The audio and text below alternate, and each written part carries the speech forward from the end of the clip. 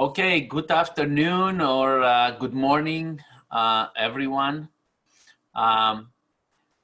We have, it's Saturday. We have less attendance today. I guess everybody is out in the supermarkets and the stores doing shopping, making sure that we buy enough toilet paper for the next 25 years, right? But anyway, actually, today's, and I have people coming in right now, today's presentation will focus mostly on the CARES package that was released late yesterday. It was voted at the Congress, and it was then signed by the president yesterday. And basically, we have spent many hours from Costas and myself from yesterday to today to research as much information that was available for us out in public. Also, we did get the exact law, and we read a few of those segments, not the entire legislation. But also, we are very lucky because we have some good references. One of our businesses, Hands-On Diagnostics, where we teach people how to perform and help them to develop a diagnostic business, that is a national franchise, and we are members of the IFA, the International Franchise Association, and they have done a marvelous job. They have done an amazing job in terms of giving information about the law and its specific guidelines. So, and I'm gonna do something now that I am not supposed to do, which is I will provide you our link through to the International Franchise Association, so you guys can see the same information that we can see when we go there. And I'm gonna provide it also on you guys on Facebook. If I get to sit in the hot seat because of that, well, let it be that way. I'll deal with it. All right, so, but let me talk a little bit first about that. Then I see that actually Tim Mantis has joined us today from, he is the expansion leader from Survival Strategies, and I would ask him towards the end of the program to talk to us about a phenomenal new concept training that he has put together. But let's talk about the money first, okay? Let's talk about what's going on with the government. So, and I'm gonna start going through some data, guys, and then Costas, please unmute and comment to anything as I'm going through the information. So, the first piece of information I'm gonna share with you, it has nothing to do with the actual money that you can get from the government. The first piece of information I'm gonna share with you is that if you guys remember, this year, we are currently in a Medicare sequester. What this means, it means that since the first of this year, since the first of 2020, all of our Medicare payments have been reduced by 2%. Okay, that is the annual sequester of Medicare that sometimes it's being stopped, sometimes it's not being stopped. So for this year, it never got stopped, which means that right now is in effect. I am telling you that part of the CARES Act Phase 3 package includes the temporary discontinuation of the 2% reduction, which means that if you have any, that our Medicare visits until December 31st of 2020 will have a small boost by 2%. They'll increase by 2%. And for those of you who are not only doing physical therapy, for those of you who are working with us in the diagnostic business, that includes also your reimbursement for diagnostics. It will increase by 2% until December 31st, 2020. The second news that I would like to mention is that the same legislation, CARES Act COVID Phase 3, includes a potential expansion of Medicare to real telehealth, not televisit, okay, or not e-visit. But now, hold on a second, let me just explain specifically so that I don't have 100 people calling me on Monday that I gave the wrong information. The CARES Act Phase 3 is giving the authority to the Secretary of the Health and Human Services to waive the telehealth requirements during a specific period which will be defined by some authority as the emergency period for COVID-19.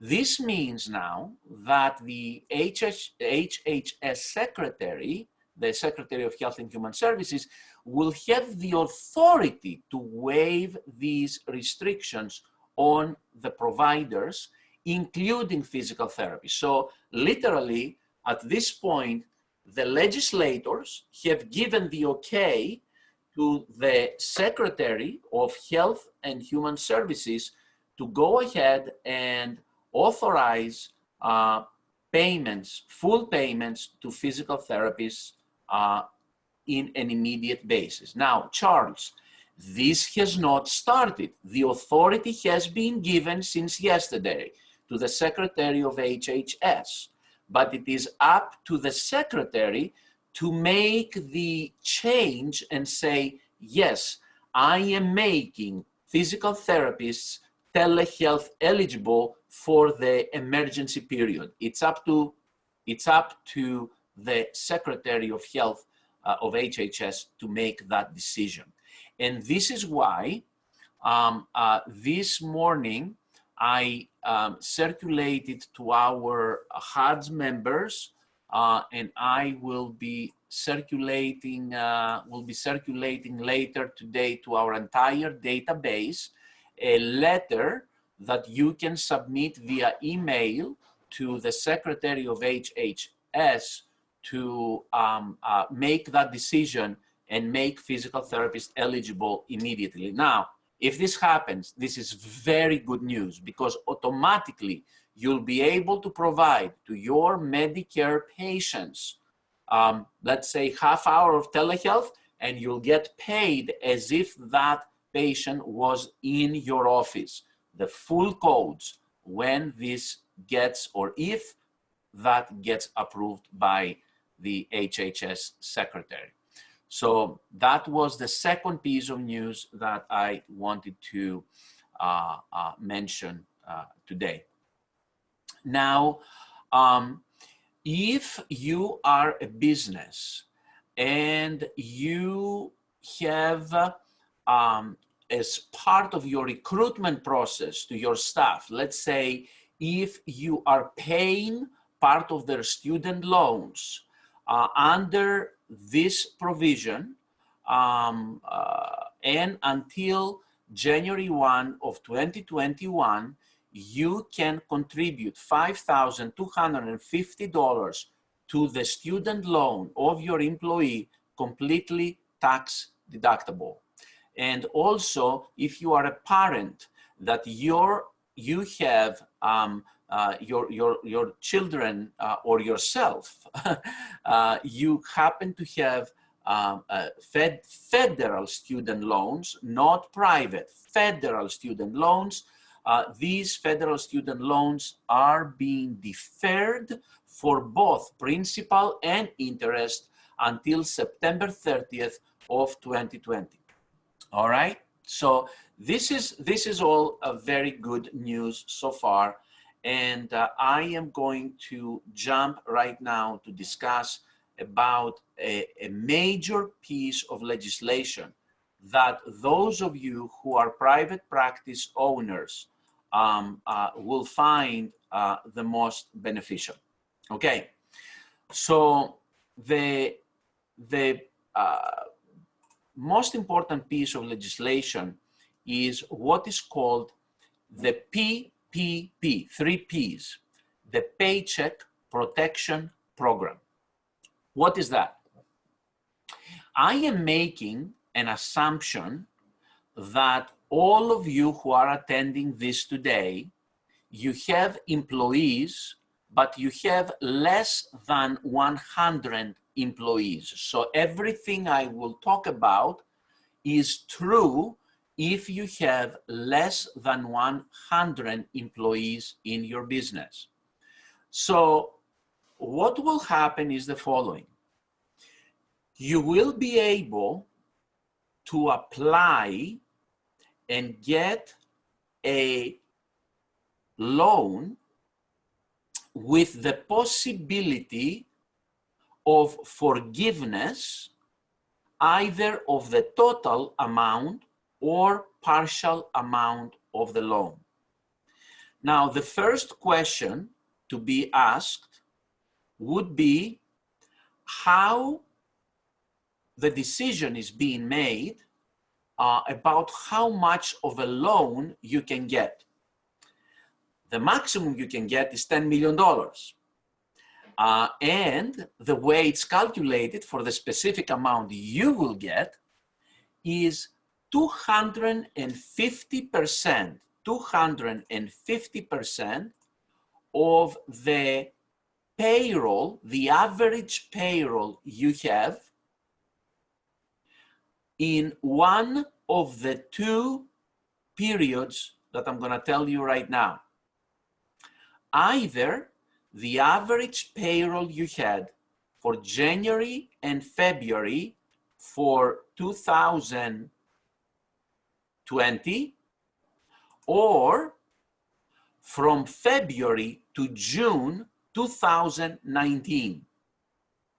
So let's say now you calculate that January and February of 2020 or February through June 2019, the average payroll you had, let's say that it was $100,000, okay? I am giving this hypothetical. Let's say it's $100,000 a month, okay?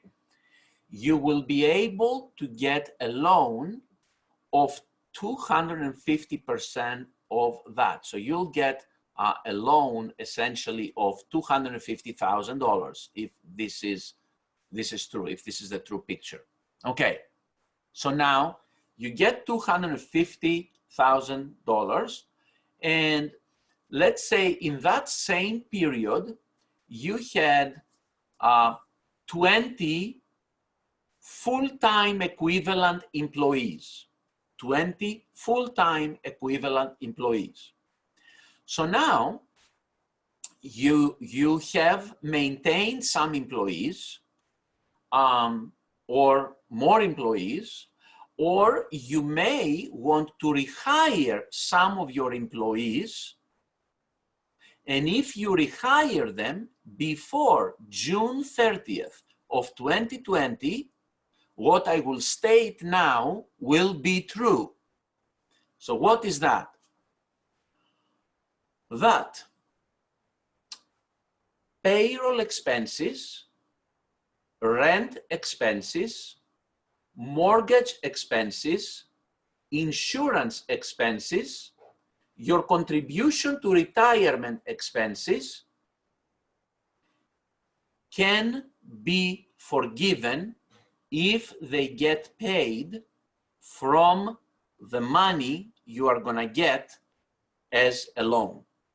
So yeah, let me make it clear. In other words, let's say you got $250,000 and let's say you paid within the next 2 months $100,000 a month for payroll, and you paid $50,000 for rent or mortgages of the business, insurances of the business, utilities of the business, retirement plan for your employees, health insurance of your employees, general liability insurance, all of this stuff that you paid. If that's all you paid with this $250,000, the entire amount could be forgiven.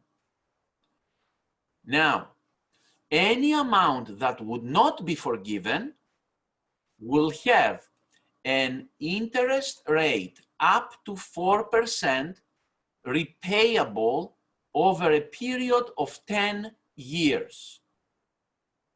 Okay? Repayable in over a period of 10 years. Now, let me go back to the example that I gave.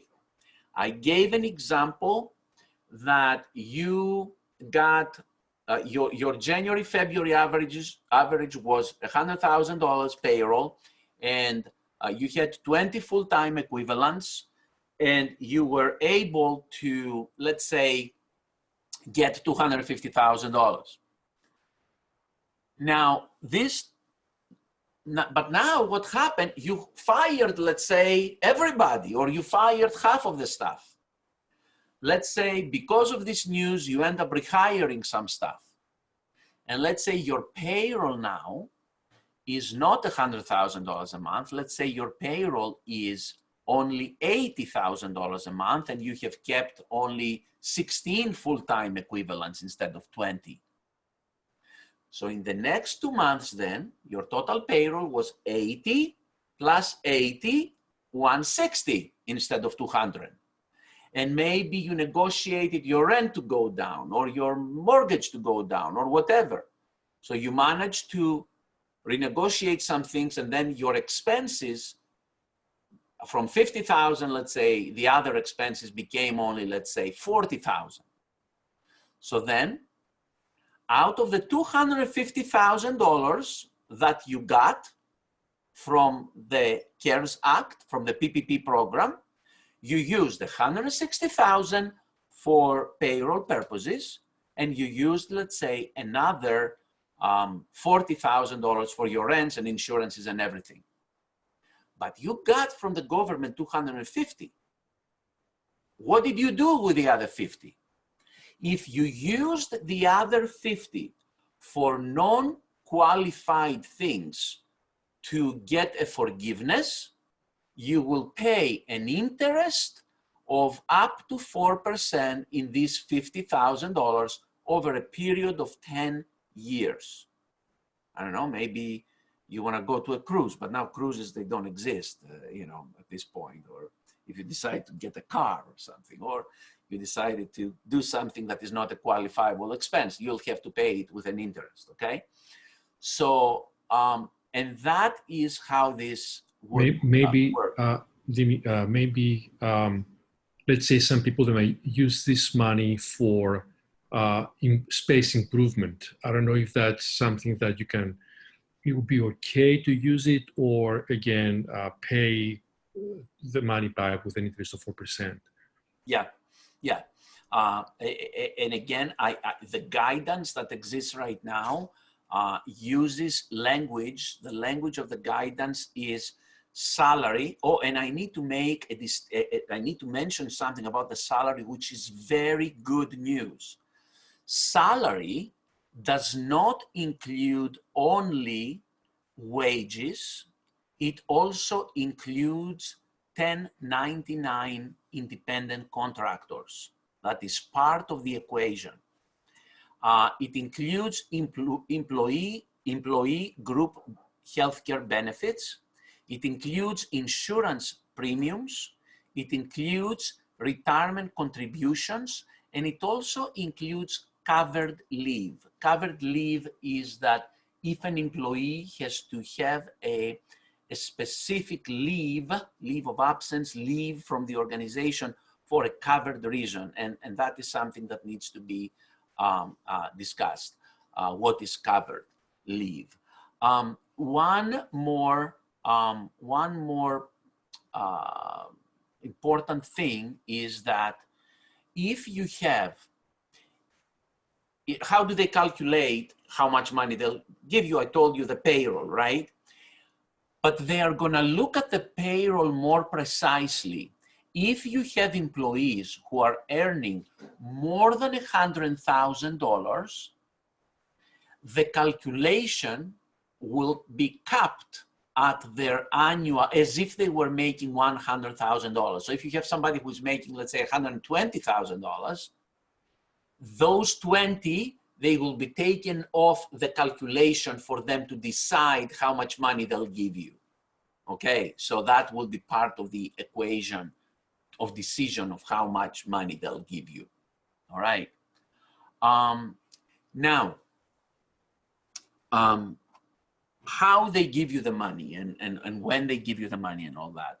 The when, I have no idea.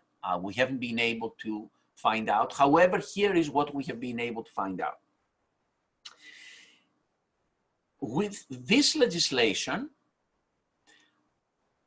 SBA gives to SBA, with the Small Business Administration, 30 days to provide information about the application process.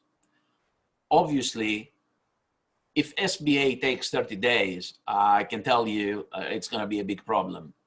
I believe that within the next couple of days, we will get information from our regional SBAs about application processes. The money is not, from what I understand, the money will not be given directly by SBA. The money will be given by lenders, by banks, and the government will give that money to the bank, okay?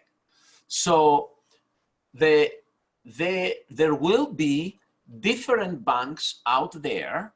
Actually, there are already some banks that they have initiated a pre-application process in order for you to put in at least your information, because imagine there's going to be millions of businesses that will be applying for the same thing. So the sooner you get a pre-application going, the better it's going to be to put you higher in the queue. Once you do that, then they will put you in the queue for you to submit the rest of the paperwork that will be required in order for you to get the money.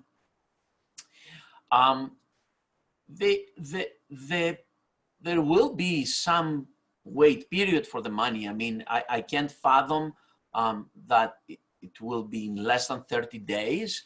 But again, what do I know? But I'm figuring out from now, within 30 days or less, we should be able to start getting this money. One of the questions was, if somebody has only independent contractors, does that count? Yes, based on what I'm reading on the legislation, it does not matter if you have W-2 wages or 1099s, independent contractor wages. It doesn't matter. So any questions on what I said thus far? Okay.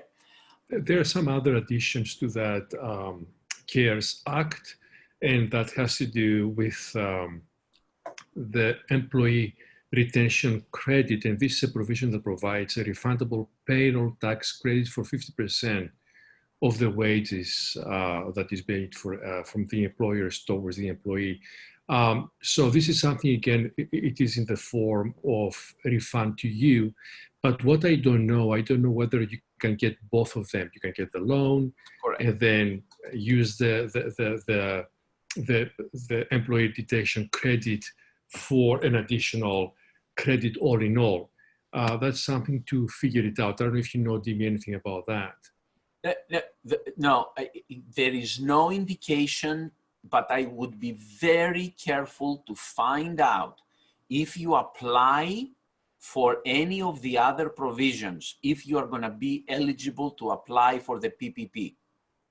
Okay, it seems to me, guys, that PPP is going to be really the main program here.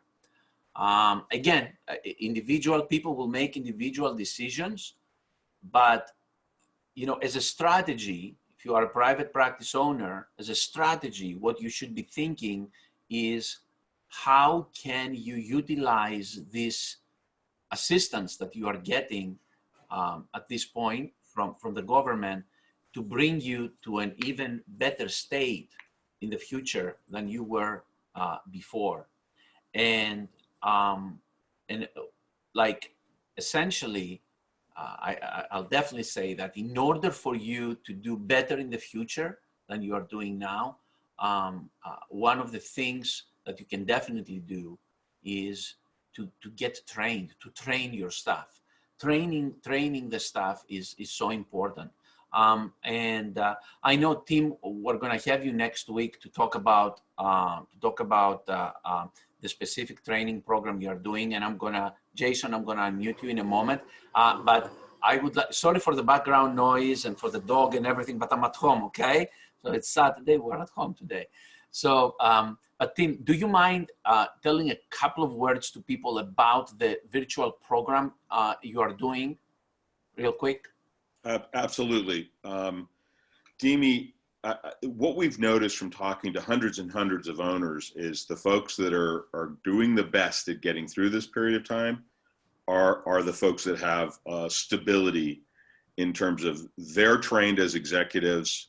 They have some of their key staff trained. They have systems in place that help them get through this tough time period. You've been incredibly helpful with the information that you've provided so far. And I'll just put in a link. We have a Facebook page. It's been a closed group only for our clients. We've been working in this field, you know, with owners of therapy clinics for 30 years. And I've been doing it for 25. This is my 25th year. But it's a group. You should join it. It's going to be a resource for information.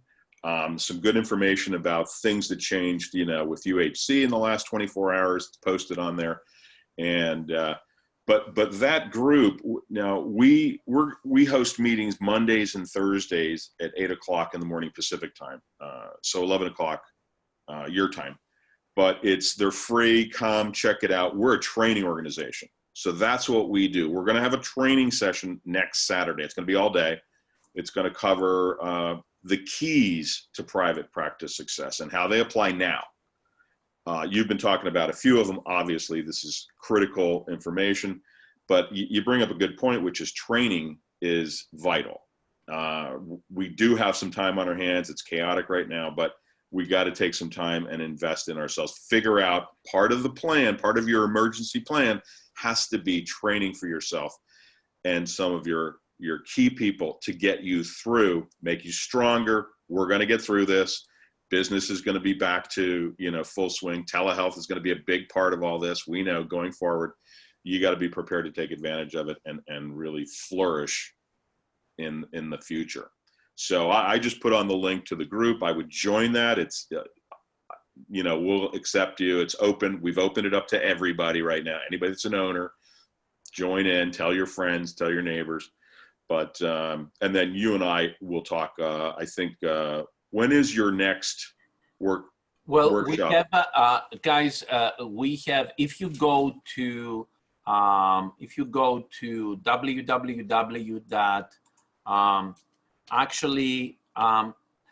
Try this. We got a new one. And please tell me if that goes to a website, www.savephysicaltherapy.com. Savephysicaltherapy.com. Can you, somebody try to go to that and see if it comes up? But it is the same as COVID-19 ptforum.com website. But you know what? We want to make it even more specific to physical therapy, and we put together this savephysicaltherapy.com. Does it come to a site there or not? It does. It does? Okay. Yep. So you're going to see there, you're going to see there, the information to sign up for the next few webinars. One will be on Tuesday, and on Tuesday we will talk about how specifically you can use and how we use diagnostics to augment our revenues during this difficult period. Then on Wednesday, we're going to have an hour long on billing and compliance for telehealth. And the following Wednesday, April 8th, we're going to have a full hour on marketing of telehealth. And we're going to have 3 amazing guests for that. Now, I have been asked from people which organizations do already pre-applications. Look, I know only of one right now. This one was given to us by our accountant, who we had an early morning meeting with him this morning, and Kostas and I have already put our pre-application to this organization, and I am going to post this here right now in both Facebook and in the Zoom meeting. Again, this is not going to be, there's going to be many organizations, okay? I'm just telling you that we wanted to do it quickly to get into a queue ahead of the millions of people, and we did it today. So that's what I wanted to say. Let me see. Jason, do you still have a question? You had raised your hand before. Do you still have a question? No? Anybody? Yeah, go ahead, Jason. No, you just answered it for me. That was my question about the pre-approval. Okay. Okay. I would really check with the lenders, and I would check with your accountants. If you are intending not to follow one program, but more than one of these programs, if there is conflict between programs, that should be very important for you guys to look at, okay? So there might be also programs that they have conflict with each other, that they offer very similar things, but one program may have a limit, the other may not, may have a higher limit. That's something to look at. For example, New York City, there is a program that it is capped to $75,000. You know, maybe for some people that's perfect. For some others, if they have higher payrolls and all that, they may qualify for more money. So, but look, as I am doing this, as I'm going to say 2 things. One is that as I'm doing this, I know that at the end of the day, there will be some people who are going to borrow all this money and then start doing stupid things with the money. And please don't do stupid things. Do things, think before you use the money. Use the money in ways that will expand your business. That is so important. Tomorrow you're going to hear in the news one more thing. And I will be totally advised against this thing. On Monday, you're going to hear this. On Monday, you're going to hear that employers can defer Social Security payments. you know that you pay for Social Security and Medicare about 6.5%, whatever percent, 7% it is, something like that. You have the right now, based on this new legislation, to defer those payments for Social Security and Medicare for a substantial period of time. I think 2 years, I think. is it 2 years or something like Yeah, that? I think it's 2 years. I would like to advise so much against this, because the last thing that you want is for you guys after 2 years to owe this huge amount of payroll taxes that you have a hard time to pay it back. So I would totally strongly advise against that, unless that is the make or break of your practice right now. But apparently, with the other provisions and the PPT, there are other options. So I would not choose to defer my payroll taxes right now. I agree, Dimi. Thank you, Tim. Yes, I'm sure Kostas agrees on that too. I agree, and actually the detail here is that employers generally are responsible for paying 6.2% of Social Security tax. So the provision requires that the deferred employment tax be paid over the following 2 years, with half of the amount required to be paid by December 31st, 2021, and the other half by December 31st, 2022. But as Dimitrios said, don't play the game with owning like payroll taxes. Yeah, It is a painful one. yeah. Don't play with fire. I'll tell you, for us guys, for our business, in our monthly expenses when we pay bills, like the very first thing that is being paid is payroll taxes. That is the very first thing. Everything else after that, but the very first thing that is getting paid is payroll taxes. So yeah, we pay the government first, but we don't want that headache. How much paperwork? I really don't know. The pre-application process, it's very easy. It's just a few fields that you enter. It's like nothing. Okay. Are there any other questions from anyone? Oh, Janine just showed up, but she's late. So Janine will have to watch the replay for this because we're almost done. Hi, Janine. Good to see you.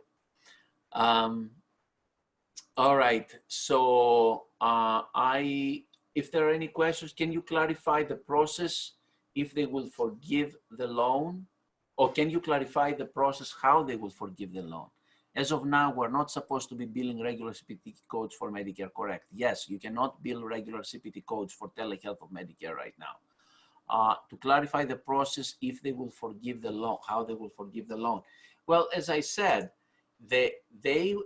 let's say you got X amount of money for the loan, $250,000.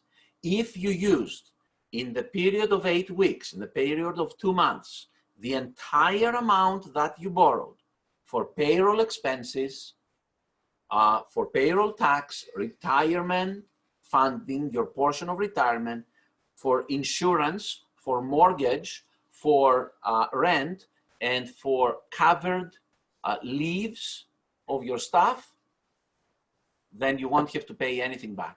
That is basically what that legislation says. The lender will give you also a lot of this information, I'm sure, and they will guide you through the process. All right, so we have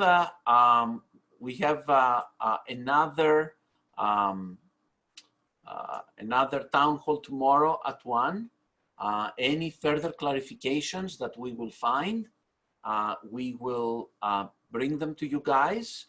And then we'll continue again similar things next week, and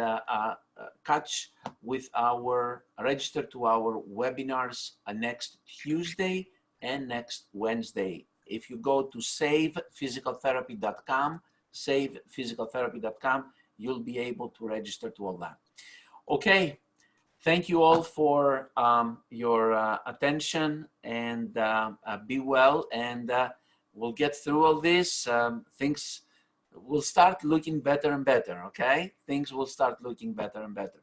Let's make smart moves, though. Very important. Let's make smart moves, because right now, somebody can be very stupid or somebody can be very smart. Let's be smart. The people who are forming a community, those of you who are all together and participating in those things, you are the smart ones, the people who are really participating in learning and getting good decisions. Okay. Good. Yes, Janine, that is correct. That is correct. Okay, thank you guys. Take care. Enjoy the rest of your Saturday. Bye-bye. Thank you, Dimi. Thank you.